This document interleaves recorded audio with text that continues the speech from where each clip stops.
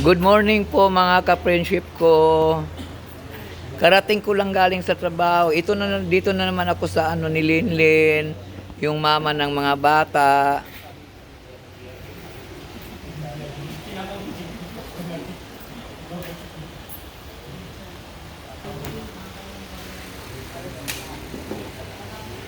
Ito may mga nagtungit. Ayan. Huwag ka magtago kasi introduce ko kayo. Huy! Ano ba yan?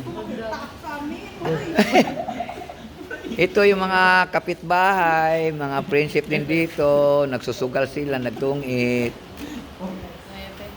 Ayan po. O ito lang munang may ano ko kasi wala pang ganong mga bisita. Thank you po mga ka-friendship.